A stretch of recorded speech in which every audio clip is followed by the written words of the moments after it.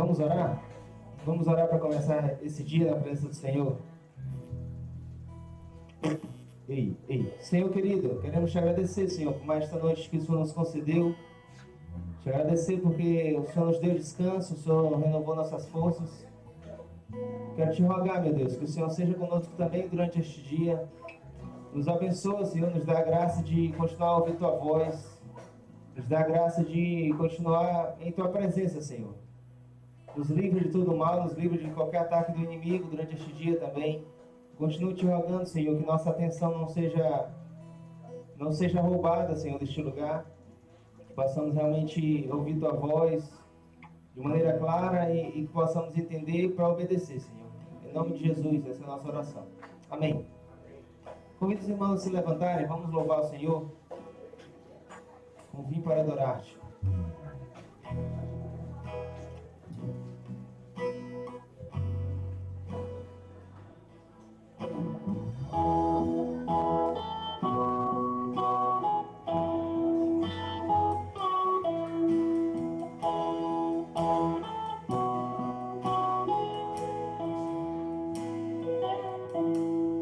Luz das nações que dissipa as trevas, abre os meus olhos pra ver. Lindo tu és, eu só quero adorar-te, dar os meus dias pra ti.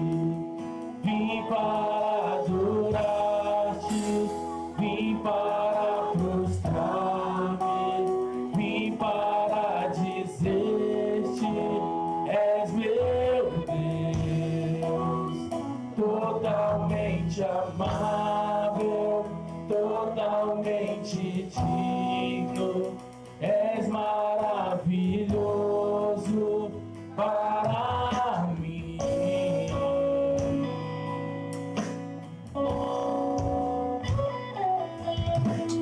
Rei sobre todos, tu és exaltado, entronizado nos céus.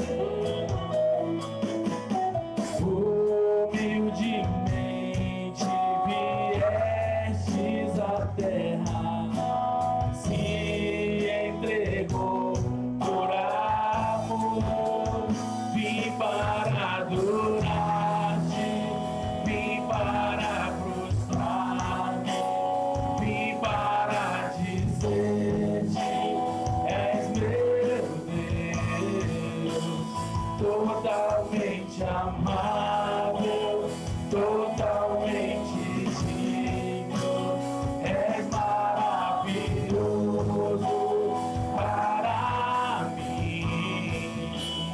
Vim para adorar-te, vim para prostrar-me, vim para dizer-te, és meu Deus, totalmente amável, totalmente digno, és maravilhoso para mim. Não saberei o quanto custou ver meus pecados lá na cruz. Não saberei o quanto custou ver meus pecados lá na cruz. Saberei quanto custou ver meus pecados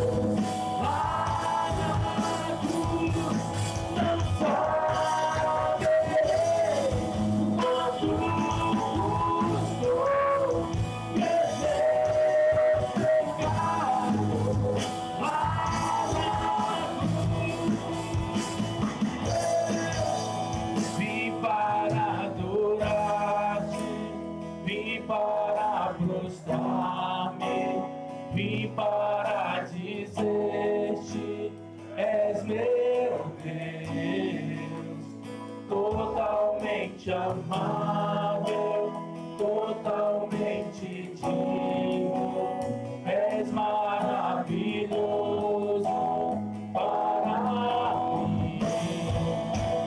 Vim para adorar-te, vim para buscar-te, vim para dizer-te, és meu Deus, totalmente amável, totalmente digno, és maravilhoso para mim.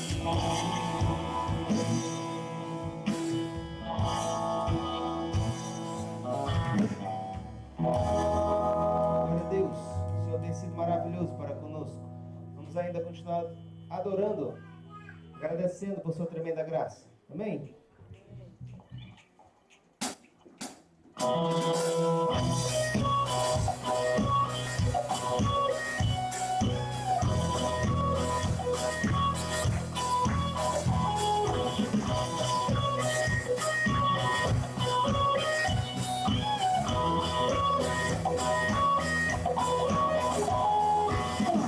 Quero junto o meu pecado, o mais forte, o meu amado, o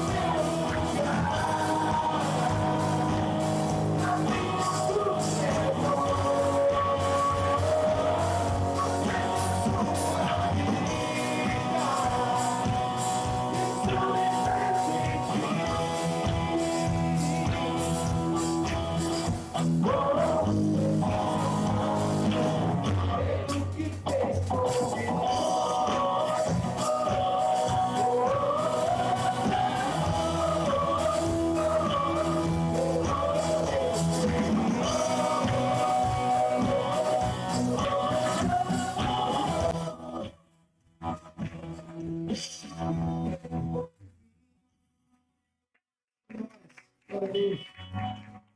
Os irmãos podem se assentar.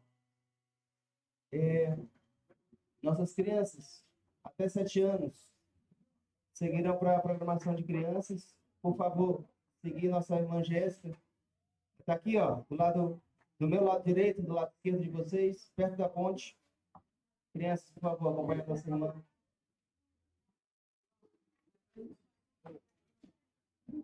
Queria chamar nosso pastor.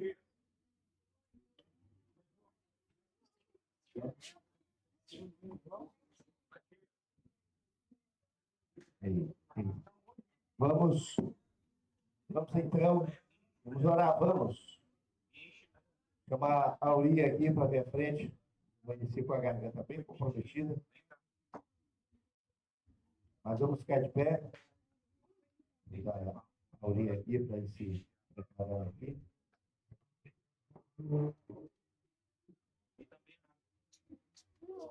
Isso, as crianças até 7 anos então.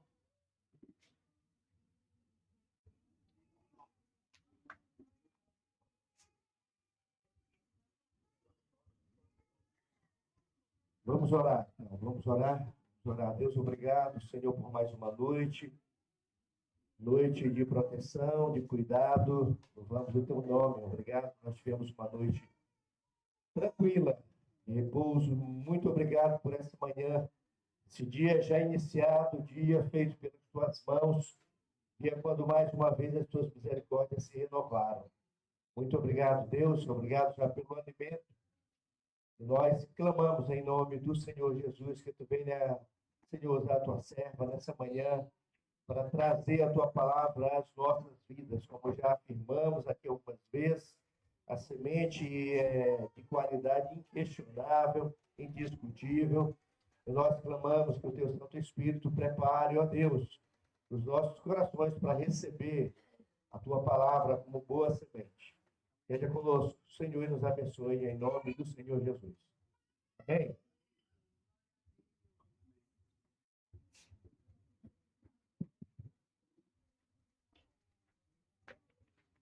Glória a Deus. Bom dia, igreja do Senhor. Como vocês passaram a noite? Todo mundo dormiu bem? Tranquilo? Glória a Deus. Graças a Deus. Quem é que ainda quer ouvir de Deus hoje? Amém? Espero que Deus tenha muitas coisas a dizer nesta manhã. E desde o momento em que que eu comecei a fazer esses estudos, eu disse para Deus, Senhor, quando eu concluí, eu disse para Deus, Senhor, eu já fiz a minha parte. Agora falta o Senhor fazer a sua, que é a ação do Espírito dele na minha vida, por intermédio do Espírito dele. Eu vou falar a vocês nessa manhã e nesses dias ainda. E eu tenho certeza que também é o Espírito dele que move o coração do seu povo. Aleluia. Amém? É o Espírito de Deus que nos transforma, né? É o Espírito de Deus que nos convence. Esse Espírito maravilhoso que ele nos deu como herança, como selo, como garantia da nossa vitória. Graças a Deus por isso. Esse Espírito que outrora só os reis, os profetas e os sacerdotes no Antigo Testamento tinha por um período de tempo, não por todo o tempo, e agora nós temos livre acesso, amados. Ó. Que coisa linda! Nós temos livre acesso a esse Espírito maravilhoso do nosso Deus. Nós temos a garantia, esse selo, nós somos, por isso também podemos dizer que somos filhos de Deus e herdeiro de Deus, por essa garantia tão preciosa que ele nos concede. Aleluia. E nessa manhã eu quero compartilhar com vocês ainda um caso bem interessante, uma história também muito linda, que é a história de José. E eu trouxe um tema, né, para essa história. Como tema eu chamei de ressignificando feridas. Porque eu olhei a história de José, eu penso É claro que todo mundo tem a sua própria história, né? Nós não temos tempo, por mais que a gente passe aqui, vocês já estão aqui há 3 dias, pastor? 3 dias já, quase isso. Quase 3 dias completos. Mas por mais que a gente tenha tempo, não dá para contar a história de todo mundo, né? Nem que a gente fizesse grupos pequenos aqui, trilhos, talvez sintetizando, se saiba um pouco de cada um. Mas nós temos uma história. Nós temos uma história. E na nossa história tem muitas coisas que aconteceram, muitos fatos, muitas coisas boas. Mas é incrível que no decorrer da nossa história, nós, às vezes, eu não sei por que a natureza humana é assim, não é nem às vezes, é sempre. Nós somos marcados muito mais pelas coisas negativas, vocês já observaram isso? Pelas coisas negativas do que pelas positivas. Muitas vezes as coisas negativas que acontecem na história da vida da gente travam todo o percurso que a gente poderia fazer tranquilamente. É impressionante. Mas em Cristo, como a gente tem falado nesses dias, nós podemos destravar. E assim foi a história de José. José foi um homem muito ferido, mas que conseguiu ressignificar suas feridas. E eu também não sei como é que é a sua história, não sei o que foi que aconteceu. Eu não sei se nessa linha do tempo que a gente já traçou ontem, né? Imaginária. A gente tentou traçar imaginária, quando eu citei, vamos fazer uma linha. Se nós fôssemos fazer uma linha do tempo e vocês começassem a colocar ali, vocês iam ver que muitas pessoas passaram pela vida de vocês, mas também que muitos fatos aconteceram no decorrer da história de vocês que abençoaram muito a vida de vocês, mas também alguns fatos trouxeram muita dor. Eu ainda tive o privilégio de ouvir uma irmã, não vou dizer o nome dela ontem, aqui falando um pouco da luta dela com problema de saúde e história de dor quando ela se encontrou com Jesus. Pode dizer o nome? Não. Ela se encontrou com Jesus e ela disse que Jesus, depois que ela se encontrou com Jesus, a vida dela totalmente foi curada da enfermidade física e foi curada emocionalmente e hoje ela está aqui. E é assim que Deus faz em nossas vidas. Então nós vamos tentar aqui, como foi ontem Barnabé, uma turnê na história de Barnabé, tentando transmitir para vocês uma história toda mesclada ali no livro de Atos, né? Vamos tentar também falar aqui um pouco de José, que está aqui no livro de Gênesis, capítulo 37, 39 a 50. Vamos ler algumas partes do texto. Nós temos tempo para isso. Diz assim a palavra de Deus, no capítulo 37. Jacó habitou na terra das peregrinações do seu pai, na terra de Canaã. Essa é a história de Jacó. Quando José tinha 17 anos, apacentava os rebanhos com seus irmãos, sendo ainda jovem, acompanhava os filhos de Bila e os filhos de Zilpa, mulheres de seu pai, e trazia más notícias deles a seu pai. Ora, Israel amava mais José do que todos os outros filhos, porque era filho da sua velhice. E mandou fazer para ele uma túnica talá de mangas compridas. Quando seus irmãos viram que o pai o amava mais do que todos os outros filhos, odiaram-no e já não podiam falar com ele de forma pacífica. José teve um sonho e contou aos seus irmãos, por isso odiaram ainda mais. Ele lhes disse: peço que ouça o sonho que tive. Sonhei que estávamos amarrando feixes no campo, e eis que o meu feixe se levantou e ficou em pé, enquanto os feixes de vocês o rodeavam e se inclinavam diante do meu. Então os irmãos lhe disseram: você pensa que vai mesmo reinar sobre nós? Pensa que realmente dominará sobre nós? E com isso odiavam ainda mais por causa dos seus sonhos e de suas palavras. José teve ainda outro sonho que ele contou aos seus irmãos, dizendo: sonhei também que o sol, a lua e as 11 estrelas se inclinavam diante de mim. Quando José contou esse sonho ao pai, aos seus irmãos, o pai repreendeu, dizendo: que sonho é esse que você teve? Você está querendo dizer que eu, a sua mãe e os seus irmãos iremos nos inclinaremos até o chão diante de você? Os irmãos tinham inveja dele. O pai, no entanto, guardou aquilo no coração. Como os irmãos foram apacentar o rebanho do pai em Siquém, Israel perguntou a José: os seus irmãos não estão apacentando o rebanho em Siquém? Venham, pois, vou mandar vocês até a eles. José respondeu: eis-me aqui. Israel continuou: vá agora e veja se está tudo bem com os seus irmãos e com o rebanho, e traga-me notícias. Assim o enviou do vale de Hebrom, e ele foi a Siquém. E um homem encontrou José, que andava errante pelo campo, e lhe perguntou: o que você está procurando? E ele respondeu: estou procurando os meus irmãos. Por favor, pode me dizer onde eles estão apacentando o rebanho? E o homem respondeu: foram embora daqui. Ouvi quando disseram: vamos a Dotã. Então José seguiu atrás dos irmãos e os encontrou em Dotã. De longe eles o viram e antes que chegasse, conspiraram contra ele para o matar. Disseram uns aos outros: vá, lá vem o grande sonhador.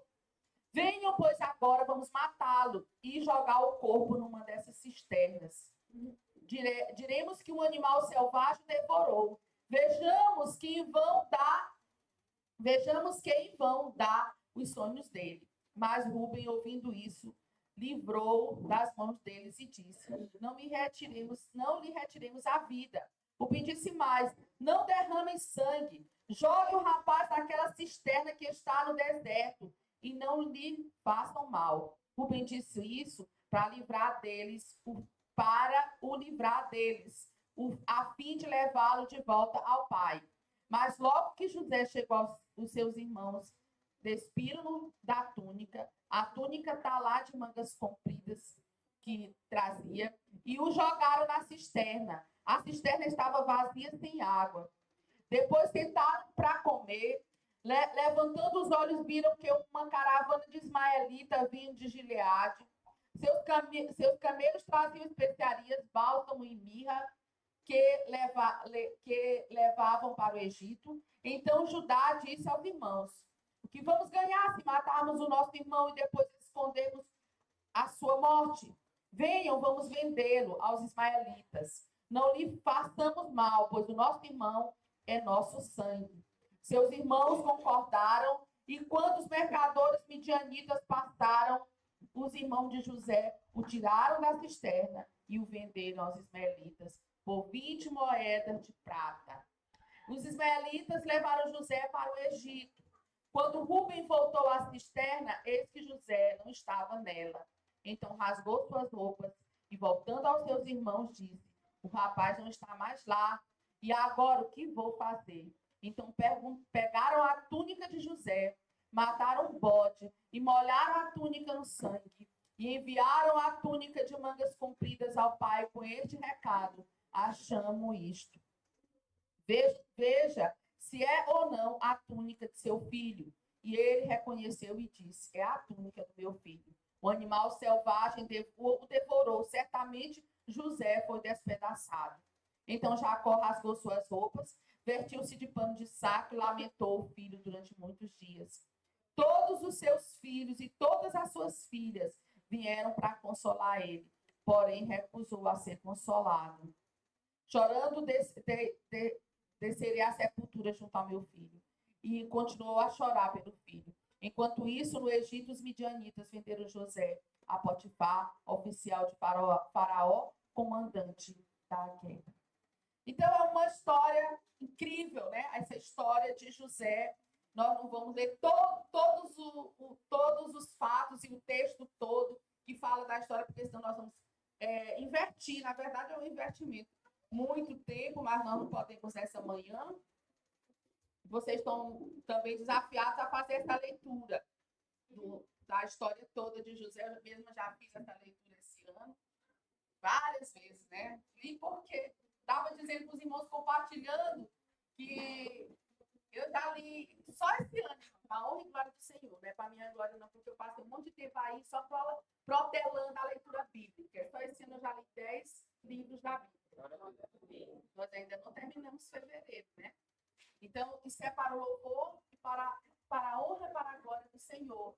Mas temos que ter determinação, né? Determinação de ler, vou ler, eu quero aprender, eu quero conhecer mais. Eu tenho dito que a Bíblia, ela é um tesouro. É um tesouro, mas é um tesouro que está escondido. Sabe, esse açude aí, é como se, esse é pequeno, mas é como se fosse um grande açude que tivesse um tesouro escondido dentro dele, daquele jeito ali que a gente não pode ver tudo que tem embaixo.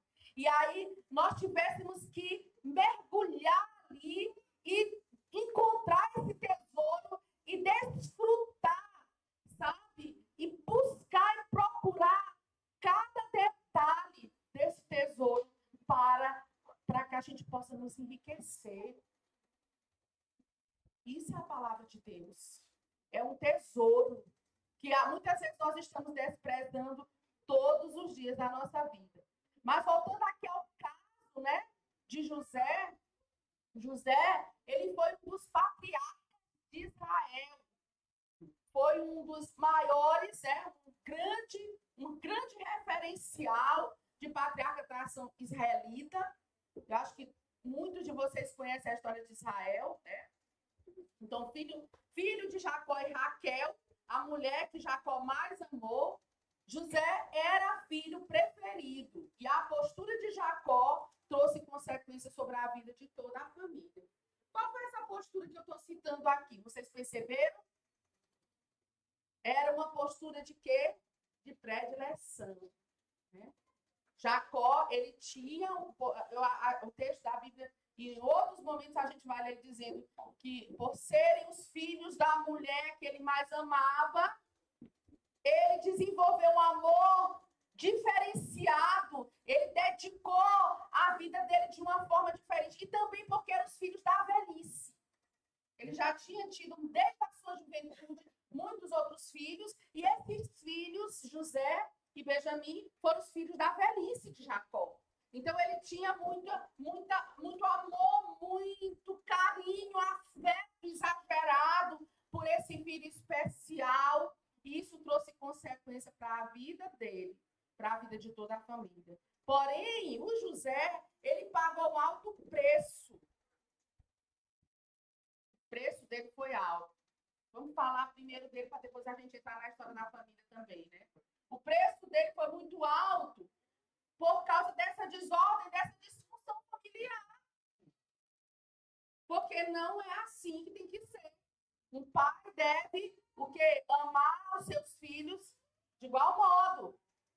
É assim que Deus idealizou, que o pai ame os seus filhos de igual modo, que a mãe ame os seus filhos de igual modo. Mas a gente vai ver na história de Israel que por muitos momentos os patriarcas israelitas dedicaram amor, afeto, quando não era o pai, era a mãe, por algum membro da família de uma forma diferenciada. Meus irmãos, isso já é um alerta para a gente. Isso pode trazer problemas muito sérios dentro do lar. Quando nós cuidando dos nossos filhos, nós tratamos algum ou alguém de uma forma diferente, exagerada mais do que o outro. E desprezamos o outro. Pode ser filho de quem for. Já é uma alerta para nós que somos filhos de Deus, somos crentes em Cristo Jesus, entendemos que isso não é normal, é uma disfunção, é uma desordem familiar. Isso pode trazer feridas profundas. Talvez alguns de vocês aqui presentes, alguém tenha sido ferido por isso. Eu vi um autor de um livro citando, eu já tenho caminhado no Ministério de Restauração há 15 anos, mais de 15 anos. Pastor José Carlos Marnúbia conhece, o RV é um ministério que trabalha restauração da alma, E já li muitos livros relacionados à restauração e é muito frequentemente falado casos de pessoas que passaram por esse tipo de experiência, de ser, até pela sua aparência física, olha só, o menino nasce a cara do avô. Cara do avô. Aí a mãe do menino, que não é a filha da pessoa, não gosta do sogro, vamos dizer assim. Aí rejeita a criança por causa da aparência física. Isso acontece no meio de crente? Acontece, irmãos. Infelizmente. Eu visitei uma mulher um dia, o filho dela, ela se divorciou do marido, né? Por que situação de abuso, ele realmente era um cara abusivo. Mas o menino, a cara do pai. Sabe? Muito parecido com o pai. E ela vivia... Várias vezes que eu fui na casa dela, eu ouvi ela dizendo aquilo para ele. Esse menino é a cara dele. Esse menino é o pai dele todo. Esse menino, porque não sei o quê. Isso traz um sentimento profundo de rejeição. Um sentimento, uma dor. Isso traz sequelas para o resto da vida do ser humano. E aqui na história de José, eu não sei o que aconteceu com o computador. Aqui na história de José, eu acredito, Vanderlei, que tu precisa colocar aqui para ele ficar todo o tempo. Eu não estou quase usando, mas às vezes a gente precisa para alguma coisa. Aqui na história de José, a gente vê claramente isso. Muito claro isso, e nós vamos falar mais. Então, a gente precisa evitar essas situações que podem acontecer também no meio de filho de Deus. Então, José foi vendido como escravo aos ismaelitas ou midianitas, era um povo só. Tanto que os ismaelitas e midianitas eram tudo de uma descendência só. Depois, a Potifar, alto oficial de Faraó, na casa de Potifar, e, como vocês sabem, ele foi assediado pela mulher de Potifar e depois foi preso na masmorra. Alguns teólogos dizem que Potifar não acreditou naquilo que a mulher falou. Por que Potifar não acreditou? Oi? Ele não matou ele. Não matou ele? Sim, porque não matou. Mas qual foram os fatos que fizeram ele não acreditar nisso? A idoneidade daquele homem. O homem, José era um homem de caráter firme e fiel a Deus. E isso era muito claro. Então, alguns comentaristas dizem que o Potifar, quando a mulher disse, olha, para os criados e depois para ele, que ela estava sendo assediada ou talvez havia tido uma tentativa de estupro, Potifar disse, eu vou jogar esse homem na masmorra, eu tenho certeza que essa cafajeste tentou alguma coisa com ele, não foi com ela. Então, havia ali, porque ele era um homem muito sério, um homem de Deus, realmente de caráter firme. Mas foi jogado na masmorra ali do Egito. E tudo isso foi terrível. Por quê? Porque ele era um homem inocente. Isso, de certa forma, nos faz lembrar do que aconteceu com o nosso Senhor, né? Ele, inocente de tudo, foi jogado, foi entregue para ser preso ali na masmorra. Era um homem inocente, mas Deus tinha um propósito com a vida e a história desse homem. Por isso, José se tornou o governador do Egito, o grande governador do Egito, um dos homens mais poderosos do mundo naquele tempo. Gente, é incrível o que Deus faz. É muito lindo o que Deus faz. A história de José é uma história de ressignificação e restauração. E nós temos muito a aprender com ela, muito mesmo, esmiuçando cada detalhe. E eu vou falar de alguns pontos importantes que eu consegui perceber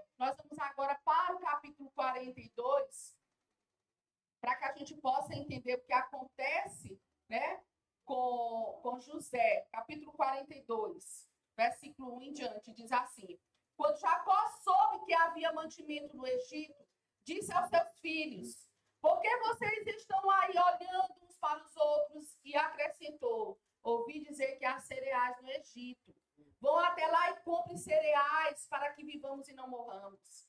Então 10 dos irmãos de José foram para comprar o cereal do Egito, mas Jacó não enviou Benjamim, o irmão de José, na companhia dos irmãos, porque dizia que se lhe acontecer algum desastre, então o que iam, pois, para lá foram também os filhos de Israel, pois havia fome na terra de Canaã. José era governador daquela terra, ele já estava ali como alto governador da terra.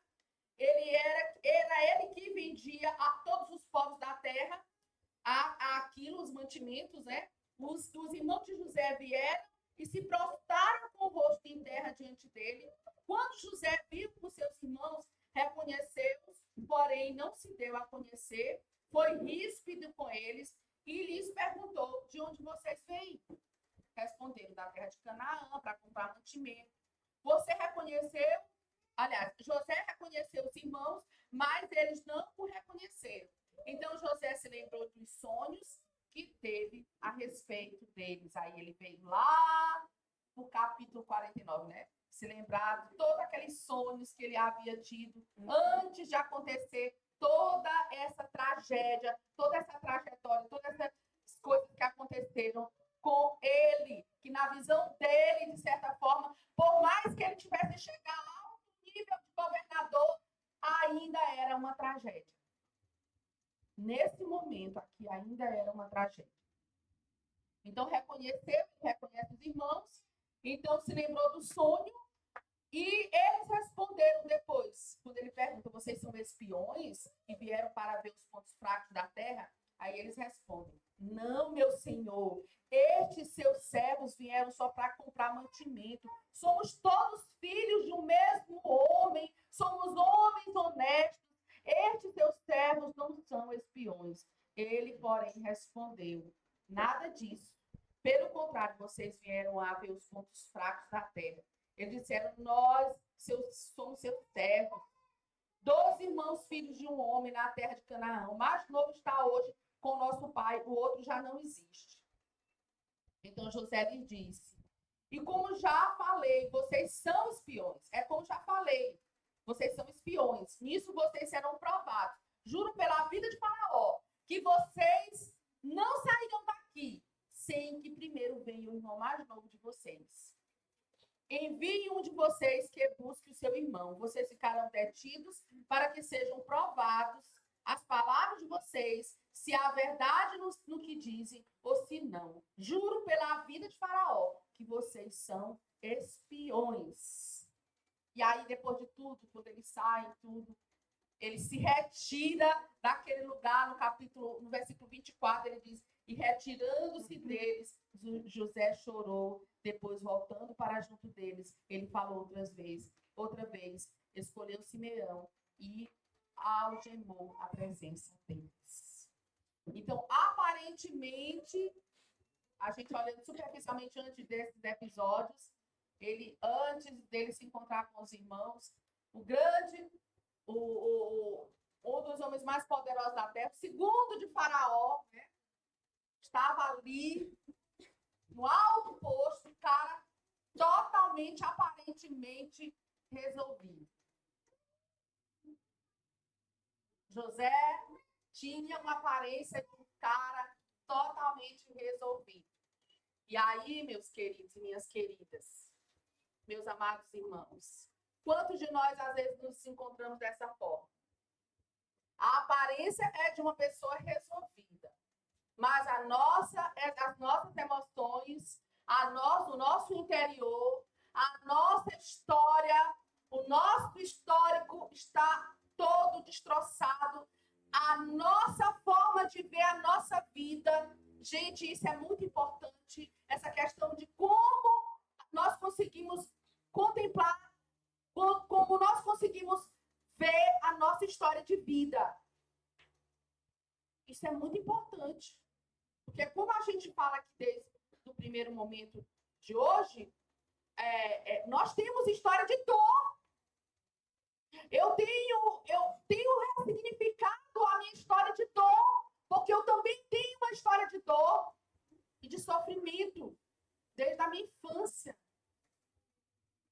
E eu tenho ajudado o meu marido a ressignificar a história de dor que ele tem, porque ele também tem uma história de dor. E eu não vou dizer que todo mundo tem uma história de dor, mas eu tenho certeza que muita gente aqui e fora daqui tem uma história de dores. E nós precisamos entender os propósitos de Deus em nossa história, seja de dor ou seja de alegria. Porque, afinal de contas, em Cristo nós encontramos alegria até na dor. Nós devemos encontrar esse caminho. E aí, José, aparentemente, ele tinha essa expressão desse cara resolvido, mas não era bem assim. Nós observamos isso no texto bíblico e nós veremos 7 sinais de feridas emocionais. Uma das primeiras coisas que José faz, expressa, aliás, todas essas coisas, mas a primeira que ele faz é não se dá a conhecer pelos irmãos. O cara passa não sei quantos anos longe da família, né? Muitos anos. E aí, de repente, o que a gente faz quando a gente encontra com um parente que a gente não vê há muito tempo? A gente passa de ser parente, basta ser amigo, né, Núbia? A gente passa por tempo sem se ver, tem que se ver. Meu Deus, que bom te ver. É aquela alegria, porque a gente vê uma pessoa que a gente ama, que a gente se sente bem, que a gente é feliz. Eu estava falando com Francisca, vindo de lá para cá. Fran estava em Brasília, essa minha amiga aqui é minha escudeira, gente, ó. Minha escudeira, de que ela é missionária, está dizendo o pastor Zé Carlos que ela é missionária, junto com missionária. Porque até pro interior, um dia desse, ela me convidou para ir para Xixá, pregar no evento da família dela. Aí nós fomos para Xixá, mas eu disse para ela, tem um problema. Nós vamos para Xixá, sábado, quando for no domingo, eu tenho que pregar em Bacabeira. Tu vai comigo? Aí ela disse, bora. E eu, gente, né? Bora. E aí fomos para Xixá. De manhã, domingo de manhã, já saímos. Foi de manhã ou foi de tarde? De tarde já saímos para Bacabeira para pregar lá em Vidéu. Não sei se vocês conhecem. Lá em Bacabeira é um povoado chamado Vidéu. E fomos pregar lá. E essa mulher anda comigo nem sempre. Por exemplo, vamos orar para ela ser curada, gente. Ela está com um probleminha na perna aí de artrite, né? Então, a mulher tem que ser curada. Deus tem que levantar ela. Porque... Mas é o seguinte, Deus vai te levantar e tu vai dedicar mais ao missionário. Amém? Já estou condicionando. Mas ela tem um coração na obra, né? Ela tem um coração na obra. E a gente vinha falando sobre essa questão da amizade. Ela estava lá em Brasília, passou um tempo lá em Brasília com a mãe, e a gente se falando pelo WhatsApp. Quando ela chega aqui, logo que ela chega, eu digo,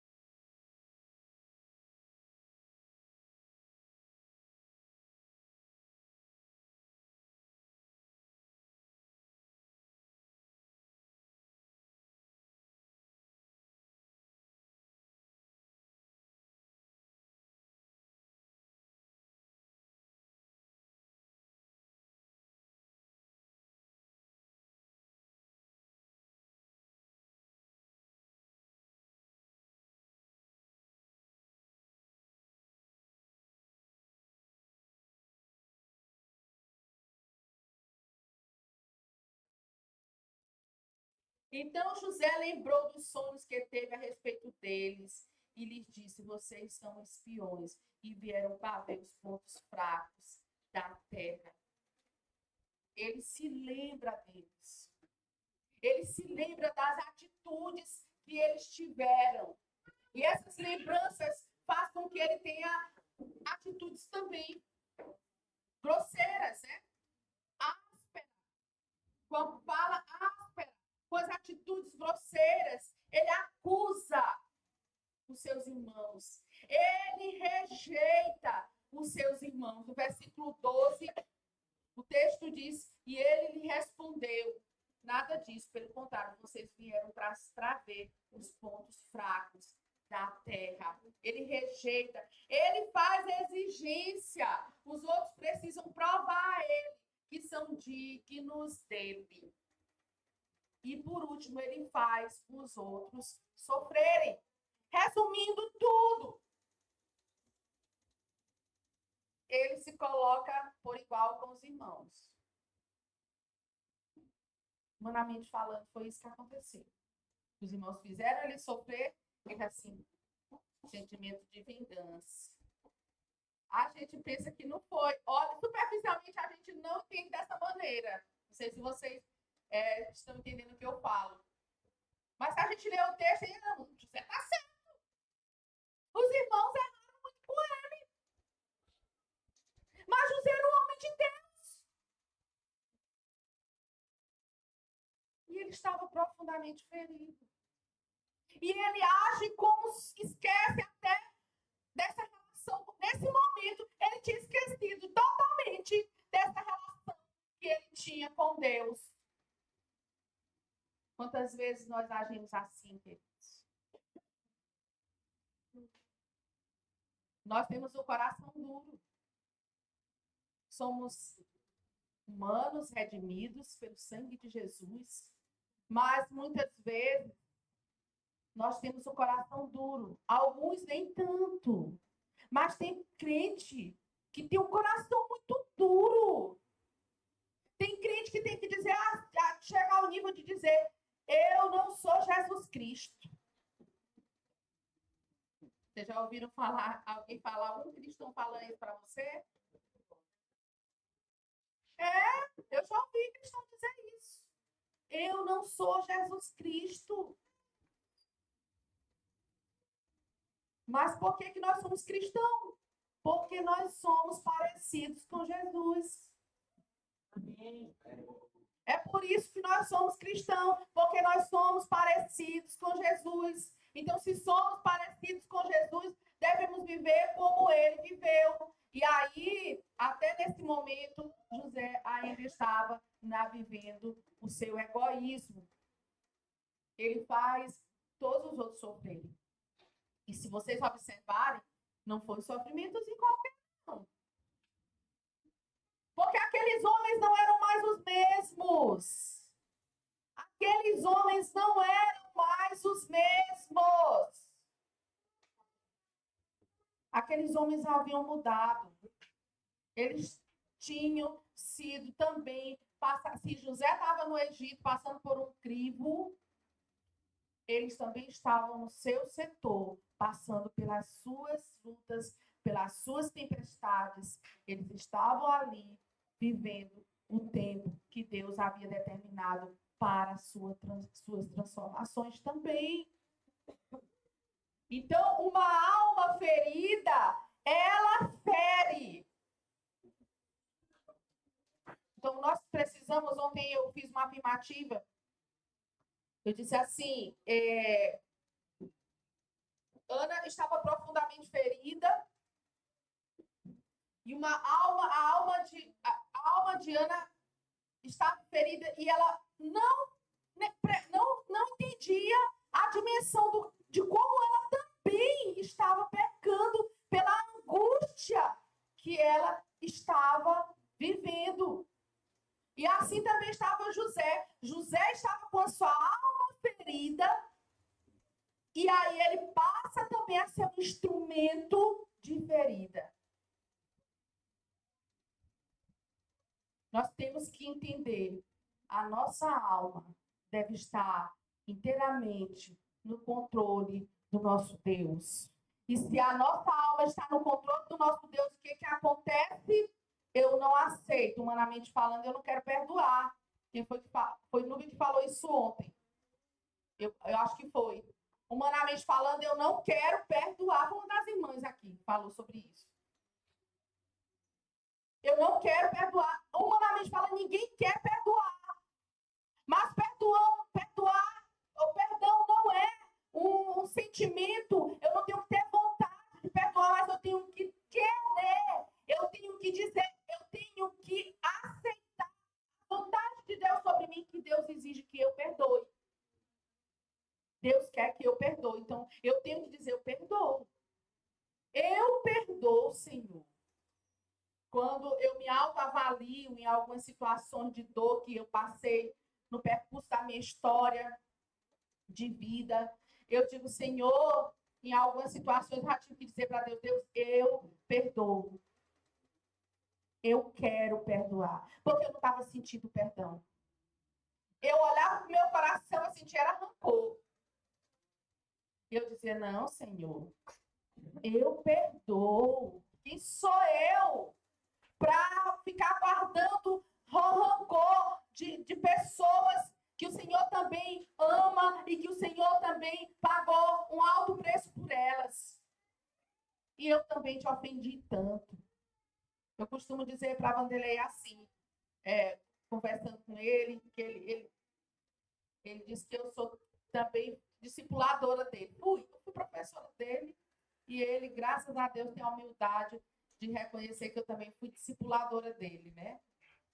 E eu costumo dizer para ele que quando nós entendemos o coração do outro, quando nós entendemos a fraqueza do outro, quando nós compreendemos o outro, nós passamos também a nos entender. Sabe por quê, meus irmãos? Porque o outro é o retrato da gente. É porque a visão que a gente tem da gente mesmo sempre é a melhor. A gente não quer admitir que nós somos cheios de defeitos. Eu não vou citar aqui os defeitos que nós temos, não, humanos. Nós não queremos admitir as nossas fraquezas e os nossos defeitos. Mas a verdade é que o defeito que tu aponta para o teu irmão é muitas vezes o defeito que tu tem.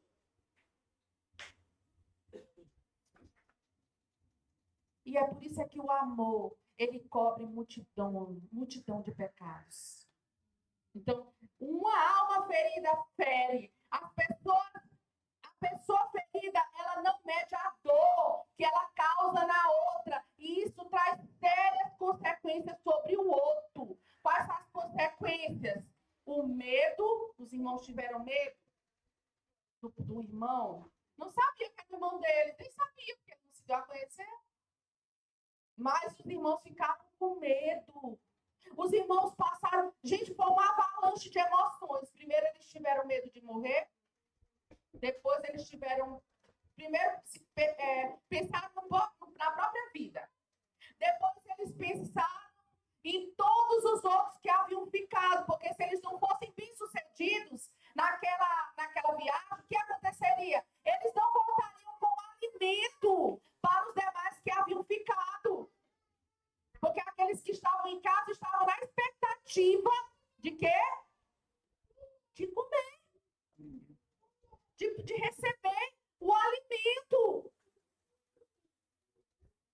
Depois eles pensaram no pai deles. Antes de pensar no pai, eles pensaram no irmão Benjamim. Porque uma das condições foi: traga o irmão mais novo de vocês. José está todo cheio, querendo ver o irmão dele. Mas também não queria perder a oportunidade de fazer os outros sofrerem, né? Não, eles vão ver. Até o final dessa história que eu faço com eles. Então, ele não perde as oportunidades. José foi maquiavélico nessa história. Não sei se vocês percebem. Ele trama tudo ali mesmo, sem perceber. Olha só a profundidade. Ele não fez isso racionalmente, no sentido de calcular tudo, mas as emoções negativas promoveram todo esse essa trama. Vocês compreendem?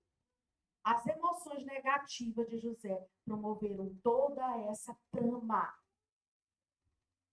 E foi só acontecendo, só acontecendo. E os irmãos sentiram muito medo. Eu vou morrer. Ah, meu Deus, e as pessoas que ficaram lá estão com fome. Ah, meu Deus, e meu irmão, nós não queremos fazer mais mal para outro irmão. Ah, Senhor, meu pai que está velho. Então, foram muitas dores, muitas situações que José fez eles passarem. Então, eles sentiram medo e culpa. Eles também tiveram relacionamento quebrado com Deus, e com o outro. No caso de José, naquele processo, ele estava realmente sem conseguir entender o propósito de Deus, o relacionamento com Deus estava quebrado. E geralmente conosco é a mesma coisa. Quando nós estamos agindo segundo as nossas emoções negativas, pelo ódio, pela falta de perdão, pela revolta, a angustiado, o que acontece? Nós agimos pelas emoções e esquecemos que o nosso Deus diz assim: perdoe, ame. Nosso Deus está sempre dizendo coisas boas para que a gente venha agir positivamente com o outro. Porém, nós, o que a gente diz, Senhor, é o seguinte: Espírito Santo, fica aí, porque agora eu vou fazer do jeito que eu quero. Espírito Santo, eu tô até entendendo que tu tá querendo que eu faça, mas agora eu vou fazer do meu jeito. Quem já fez isso alguma vez? Eu já fiz. Acho que todos nós uma hora fazemos. Já basta. Você não entende, eu sofri demais. Eu passei dias e dias, noites e noites. Eu passei muitas situações difíceis. Eu fui presa na masmorra. Eu fui acusada de ter estuprado uma mulher. Eu passei por tantas coisas. José falando. Você não entende. Eu não posso agir de outra maneira. Eu tenho que agir dessa forma. Relacionamento quebrado com Deus. Conexão quebrada com o Todo-Poderoso. Conexão quebrada com Deus e com o seu próximo, porque ele não estava visando mais o bem de todos. Ele maltrata as pessoas, isso fica muito claro no texto. Ele promove sofrimento, ele tanto faz o outro sofrer quanto ele sofre também.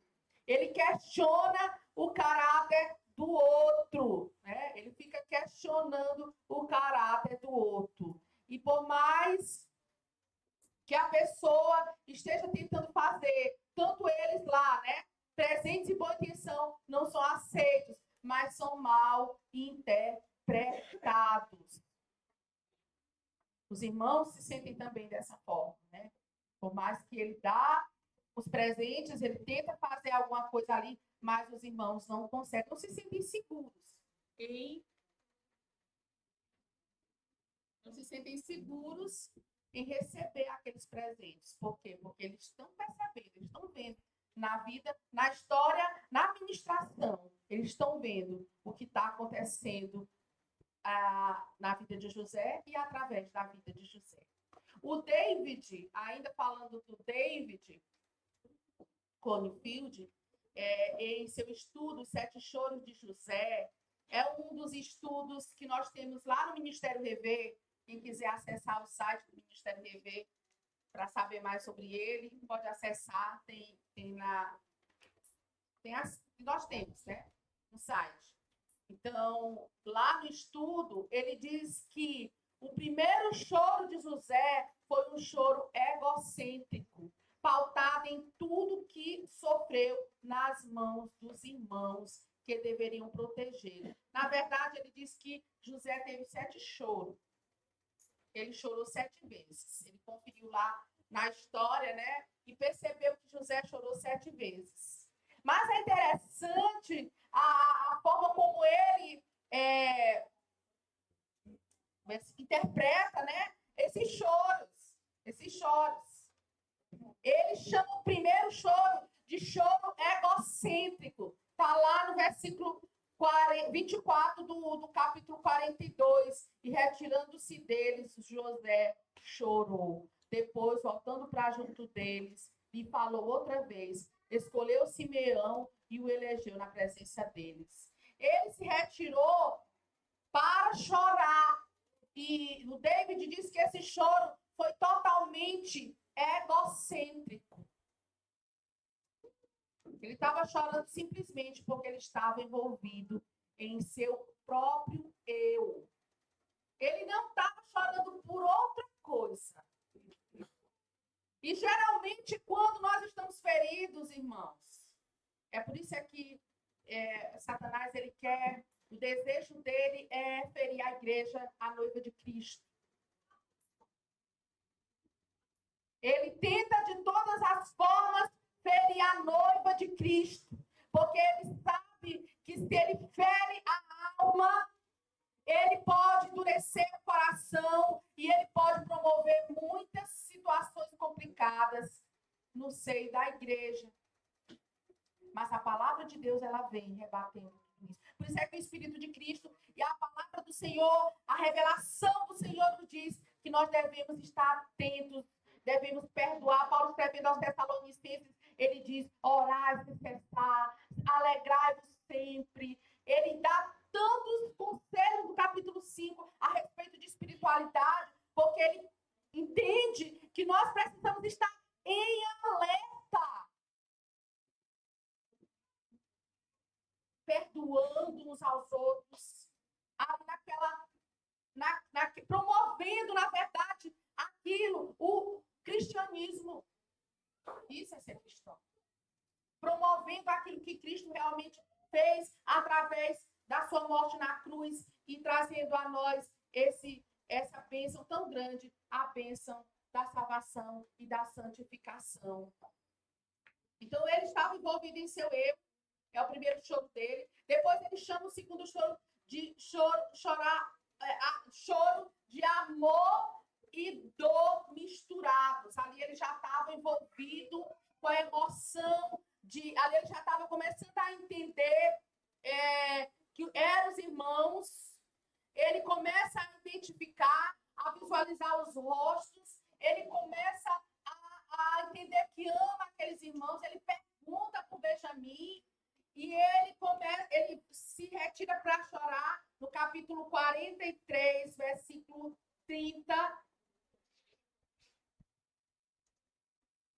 Acho que é isso mesmo, não é? José, profundamente emocionado por causa do seu irmão, apressou-se e procurou um lugar onde chorar. Ele já estava aqui profundamente emocionado e o texto diz que por causa do seu irmão. Então é um choro de amor e dor misturados. O terceiro choro de liberar a dor, está lá no capítulo 45, de 1 a 3. Então José, não conseguindo se conter diante de todos que estavam com ele, gritou, saia todos da minha presença. E ninguém ficou com ele quando José se deu a conhecer a seus irmãos.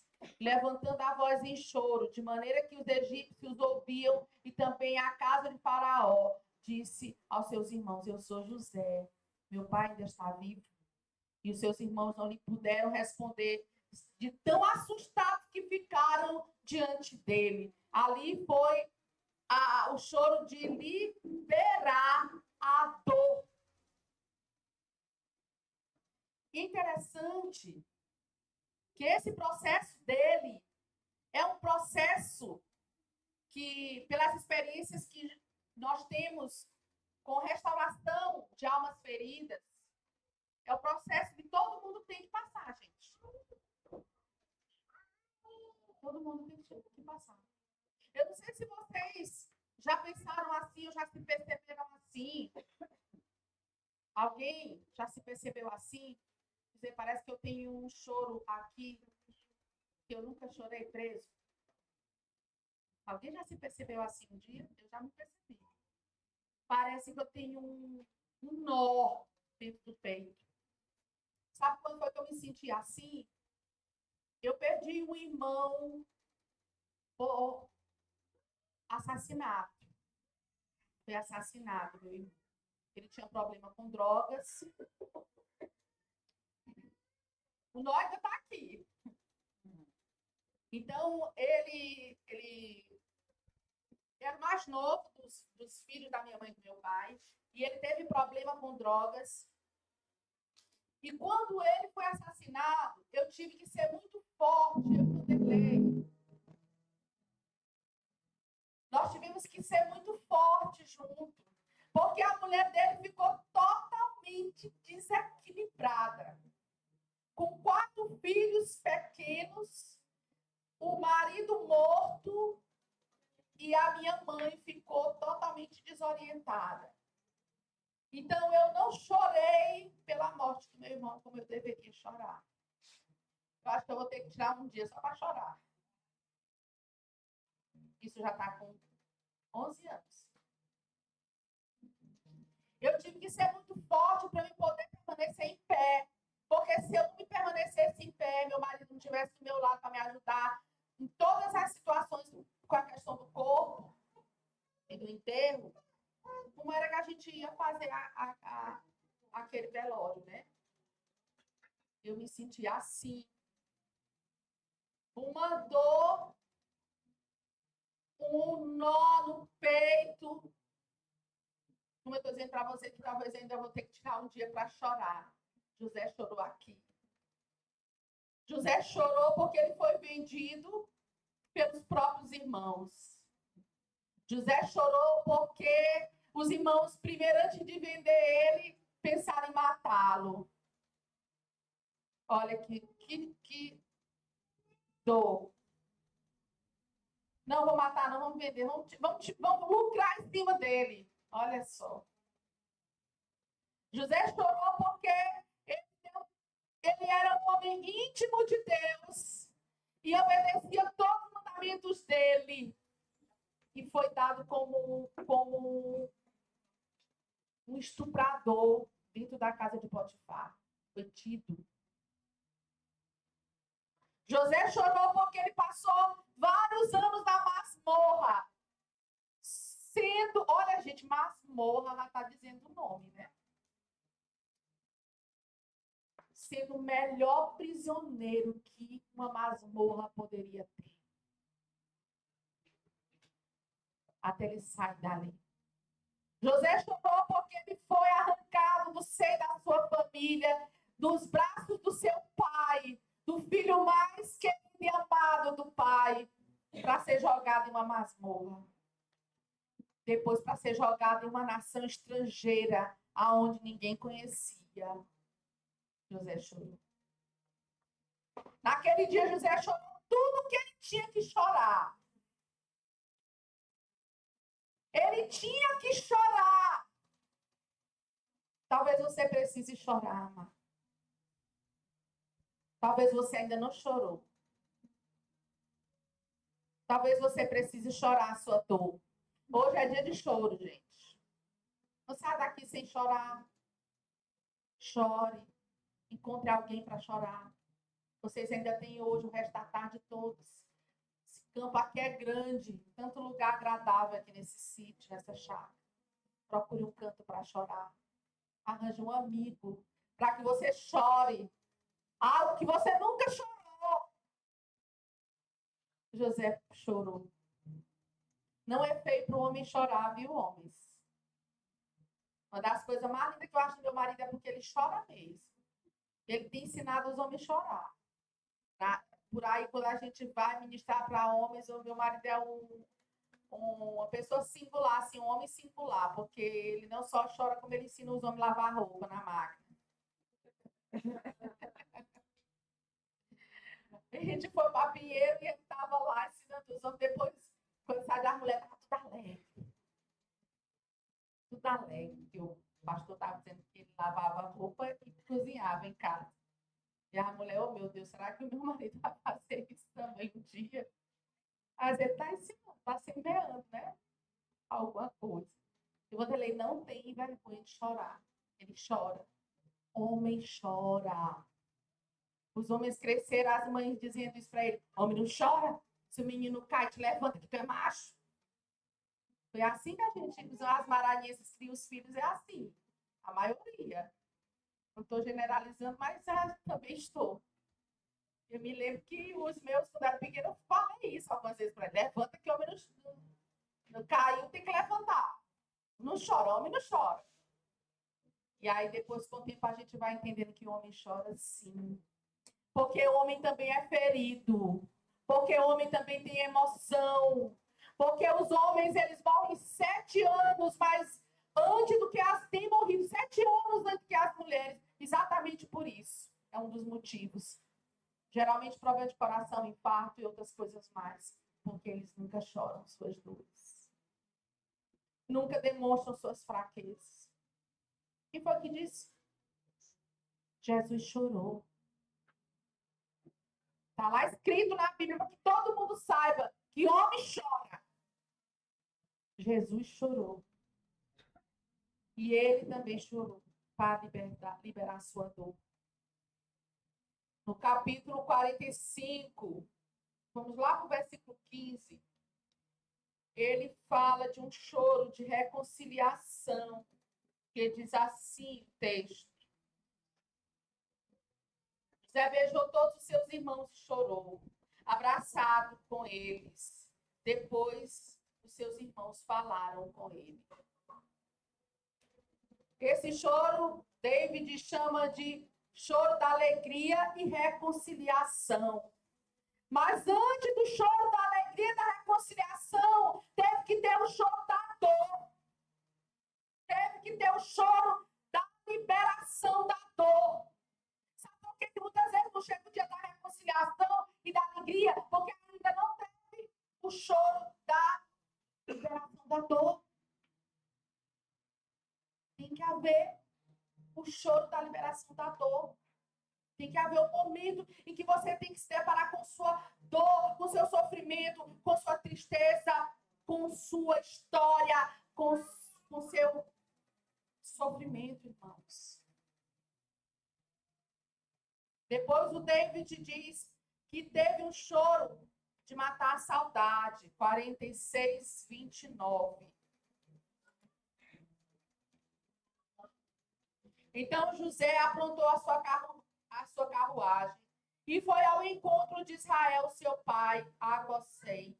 Apresentou-se e lançou-se ao pescoço do pai e chorou assim longo tempo.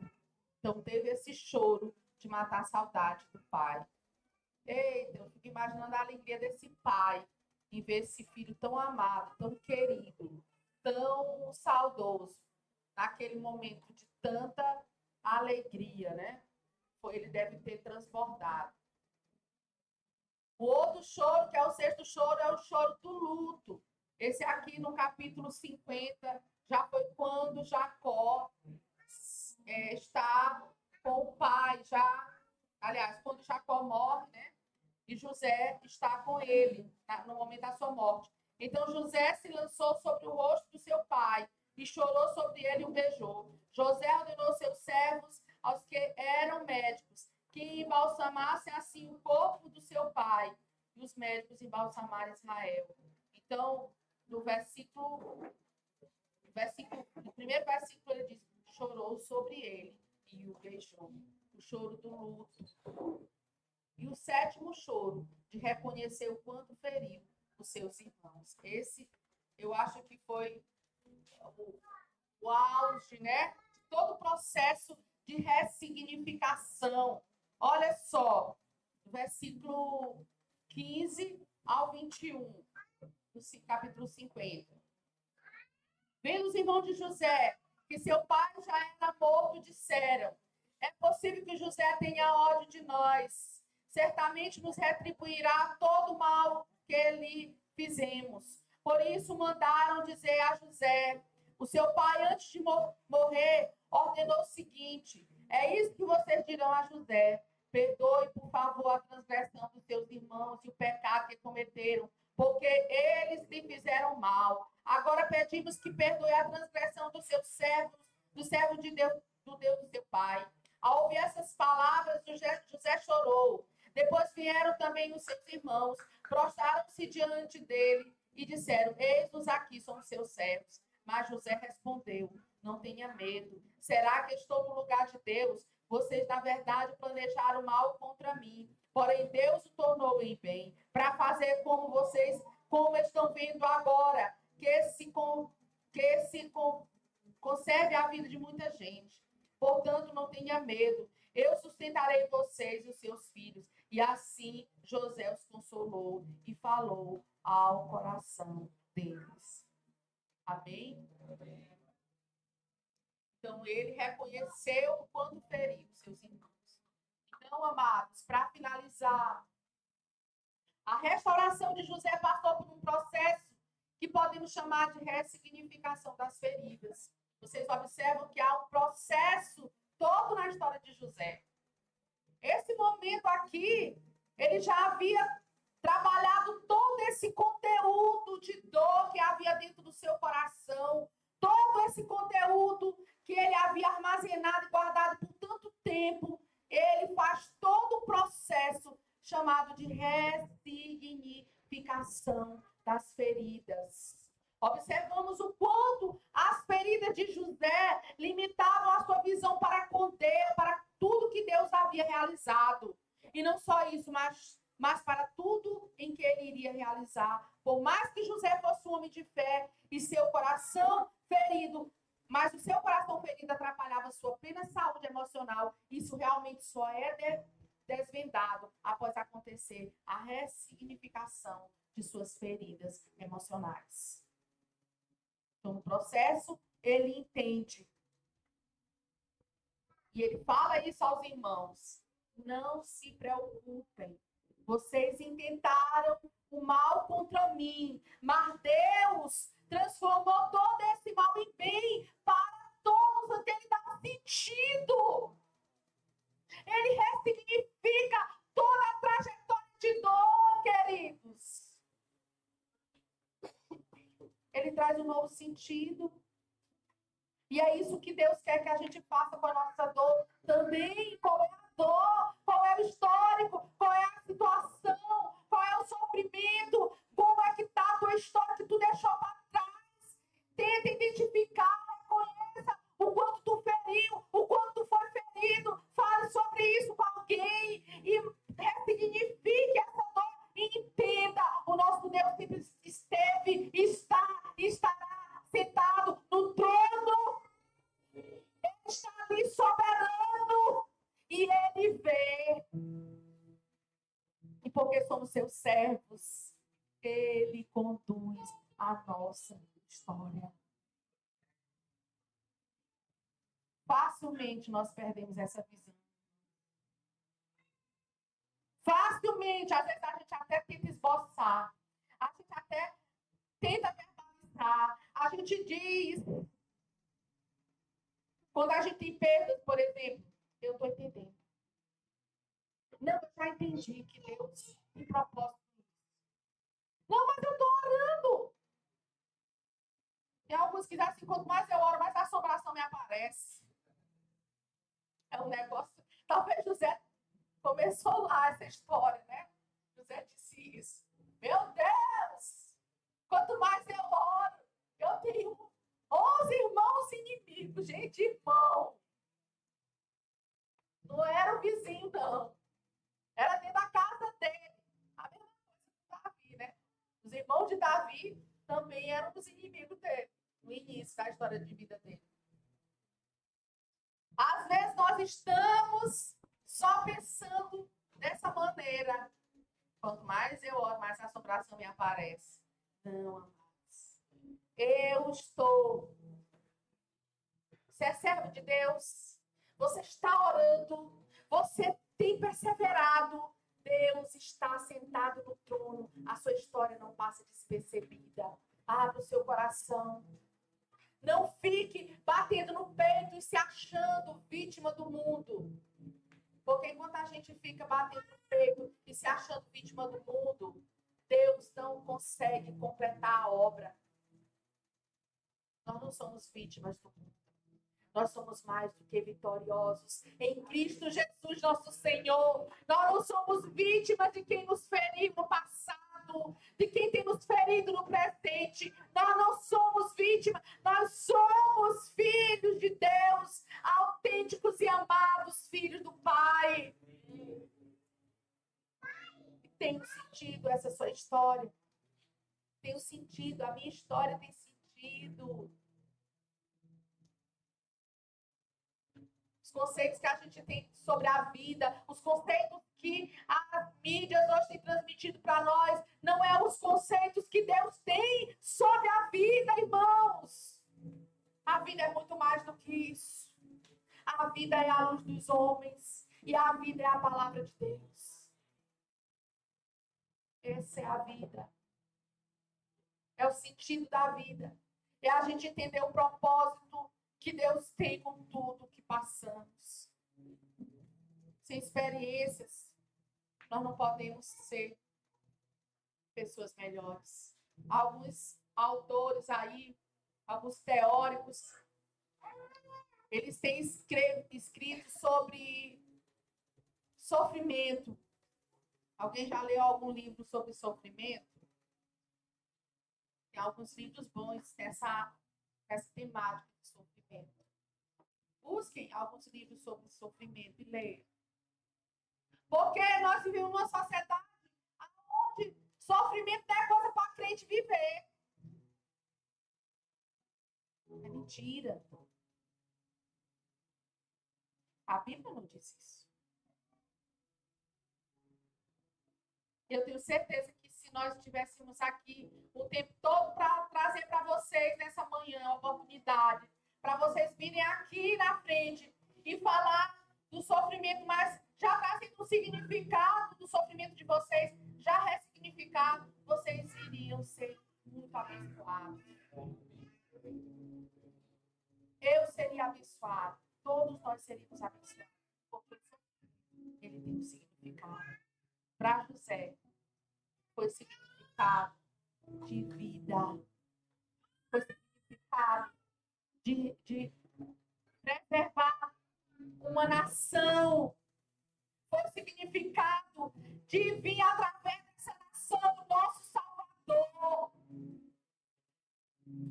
Ele nem sabia disso ainda, ele tinha uma esperança, talvez, a esperança messiânica nasceu muito cedo, não sei, do povo de Deus, dos israelitas, eu sei disso. Porém, José não tinha isso claro diante dele, mas Deus já sabia que era da nação israelita que viria o nosso Salvador. José fazia parte da história. Você faz parte da história. Sua história faz parte do grande propósito do Redentor de Cristo. Em Atos dos Apóstolos,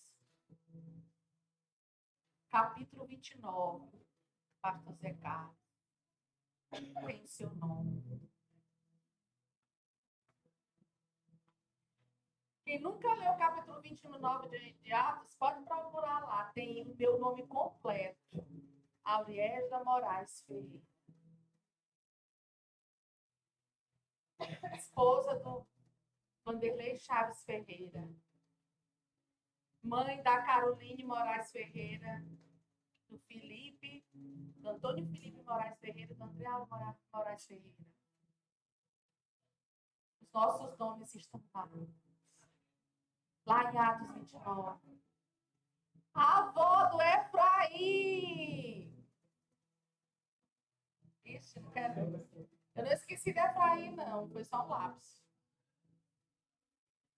A avó do Efraim. Queridos, é isso que Deus faz. E como nós fizemos ontem, eu quero que vocês... O pastor vai chamar aqui para formar os grupos e nós vamos fazer aqueles grupos abençoados. Vamos estar... Eu desafio vocês mais uma vez hoje a chorar hoje. Não sei se nesse grupo, se outro momento, mas não esqueça do choro, para que vocês possam sair daqui totalmente edificados para o louvor da glória de Deus. Obrigada pela oportunidade.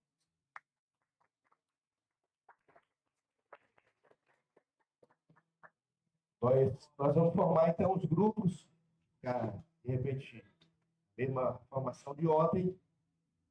E enquanto a Auri estava falando, me veio à mente desafiar cada um de vocês a pensar sobre a sua própria história. Muitas vezes nós dizemos assim, é porque você não sabe da minha história, você não sabe da minha dor. Né? Claro, você sente a tua dor, não sente a minha dor. José era apenas um menino, 17 anos. 17 anos. Adolescente, saindo da fase de adolescente, né? Para a juventude. 17 anos, quando ele foi vendido. Pelos próprios irmãos, o pai dele não foi atrás dele, porque a história foi que ele tinha sido morto por um animal. E ele temente a Deus, e Deus não vai ao socorro dele, pelo menos no entendimento dele naquele momento, naquele tempo. Mas Deus estava escrevendo uma história extraordinária, que é a história de José. Deus está fazendo o mesmo contigo. O mesmo com você. E aí a rede de cuidado nossa tem esse objetivo de você poder fazer esse choro para te libertar, para tirar isso do coração. Nós sabemos de muitas histórias de pessoas que têm repetido os mesmos erros porque nunca deram um ressignificado para a sua dor.